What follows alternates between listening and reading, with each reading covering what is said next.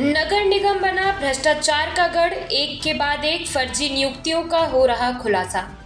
रीवा नगर पालिका निगम में लंबे समय से चल रहे भ्रष्टाचार के खेल से अब पर्दा उठना शुरू हो गया है।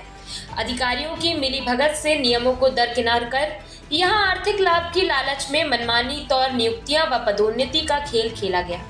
नगर निगम में चल रहे इस खेल को उजागर करते हुए मजदूर संघ के अध्यक्ष बुद्धसेन करोसिया ने बताया कि दीपक और विनोद की फर्जी नियुक्ति दरोगा के रूप में की गई है।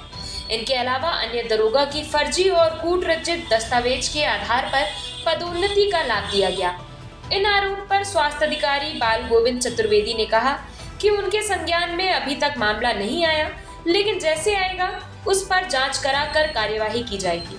जबकि शिकायतकर्ता ने नगर निगम आयुक्त, संभाग आयुक्त सहित अन्य जगहों पर शिकायत की है। हम आपको बता दें कि अभी हाल ही में पुलिस ने एक नाबालिग युवक को एक अपराध में गिरफ्तार किया था, जो करीब 3 साल से नगर निगम में सफाई कर्मी के तौर पर कार्यरत था और नगर निगम को इस बात की भनक ही नहीं थी कि वो नाबालिग है। पुलिस के हत्थे चढ़ने के बाद जब उसके नाबालिग होने का खुलासा हुआ तो नगर निगम अब पूरे मामले की जांच कर रहा है।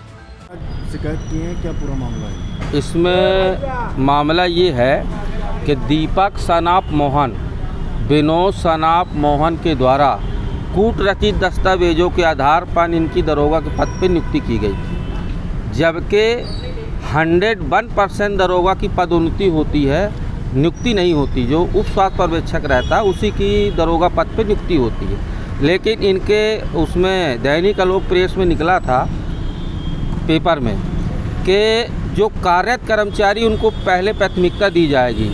दीपक विनोद के द्वारा कूटरचित दस्तावेजों को तैयार कर एक अनुभव प्रमाण पत्र बनाया, इनके द्वारा नियुक्ति ली गई। यहाँ तक कि ये लोग यहाँ भी नहीं रुके। दीपक सनाप मोहन के द्वारा एक मास्टर में दीपांकर मोहन के नाम से इनका नाम दर्ज था। ये वेतन ले रहे थे। इसी तरह सुलभ कॉम्प्लेक्स सिरमौर चौराहा का ये ठेका भी लिए थे और इनकी दरोगा के पद पर नियुक्ति भी हो गई थी।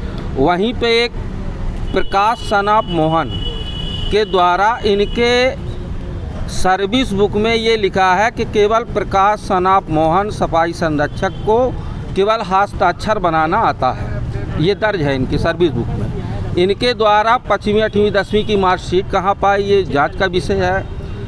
प्रकाश सिगोते का 2003 में एक्सीडेंट हो गया था, जो जामदार जी कहाँ भर्ती थे वो, और भर्ती के दौरान उनकी पदोन्नति दरोगा पद पे की गई। ये भी जांच का विषय है कि कोई अगर एक्सीडेंटल है और अवकाशकालीन में है तो उसकी पदोन्नति कभी नहीं हो सकती। तो इनकी मार्कशीट की जांच की जाए। इसी तरह इनके परिवार की श्रीमती नोनीबाई जो स्वर्गीय हो गई हैं, उनकी नियुक्ति और दुर्गा प्रसाद सिगोते की नियुक्ति में 11 साल का अंतर है। 11 साल में कोई बच्चा पैदा नहीं कर सकता। यही प्रतीक होता है कि दुर्गा प्रसाद मोहन के द्वारा इनने कूटरचित दस्तावेज फर्जी अंक सूची से दरोगा का पद लिया है। 94, 95, 96 में एक व्यक्ति की 3 वर्ष में 3 बार पदोन्नति की गई, जो बड़ा गंभीर विषय है। इसकी जांच कराना चाहिए। और दुर्गा प्रसाद सिगोते अभी सेवानिवृत्त हो गया। मेरा माननीय आयुक्त महोदय जी से करबद्ध निवेदन है कि इनको पेमेंट बिल्कुल न किया जाए जब तक छानबीन समिति के द्वारा निर्णय नहीं होता है। इनका बिल्कुल किसी तरह से पेमेंट ना किया जाए। अगर पेमेंट किया जाता है तो मेरे द्वारा कोर्ट जाने के लिए कटिबद्ध हूँ और मैं इनके खिलाफ जाऊँगा। और मैं बयान जरूर दे रहा हूँ, लेकिन कहीं से इनके 5 भाइयों के द्वारा मुझे प्रताड़ित किया जाएगा, मुझे जान से मारने की धमकी भी दी जाएगी। आप लोग तैयार रहिए। जैसे ही मुझे धमकी मिलती है वैसे ही मैं प्रेस के माध्यम से, मीडिया के माध्यम से आप लोगों को अवगत कराऊंगा। कितने लोग हैं? ये 4 लोग हैं। सूचना दी है आपने? सूचना नहीं दी है, क्योंकि अब मीडिया में जाएगा तो दबाव बनेगा।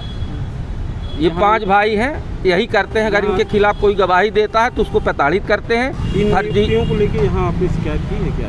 जी, मैंने आयुक्त महोदय जी से की है, संप्रेक्षण विभाग में भी दिया है, माननीय आयुक्त कलेक्टर महोदय को दिया है, संभागीय कमिश्नर को दिया है, नगरीय प्रशासन आयुक्त महोदय को दिया है, अपराध शाखा अन्वेषण ब्यूरो में भी दिया है। क्या नाम आपका? मेरा नाम बुद्धसेन करोसिया, भारतीय मजदूर संघ का जिला अध्यक्ष हूँ, रीवा। आरोप है कि फर्जी नियुक्तियाँ हुई हैं, उनका पदोन्नत फर्जी हुआ है, क्या पूरा?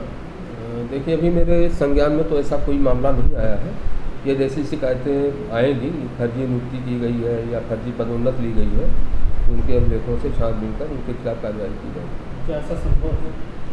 बिल्कुल, क्यों नहीं संभव है। शिकायत होगी, शिकायत सही पाई जाएगी, अभिलेखों की जांच के आधार पर तो कार्रवाई। फर्जी नियुक्तियाँ हो सकती हैं, ऐसा संभव है क्या?